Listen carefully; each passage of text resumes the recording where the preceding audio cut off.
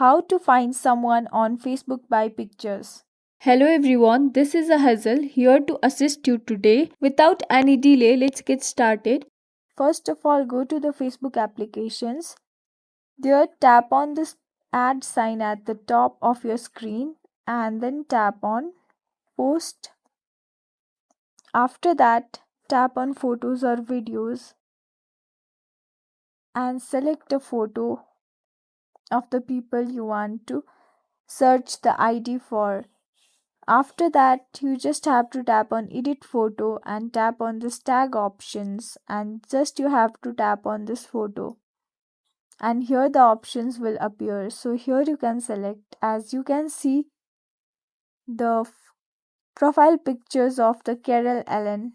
This is the photo of this account, and you can just simply get that account. And here, by using this photo, you can simply find the account of the people on Facebook. So that's how we are done. Thanks for watching. If you guys enjoyed this video, please like, subscribe and hit the bell for the updates.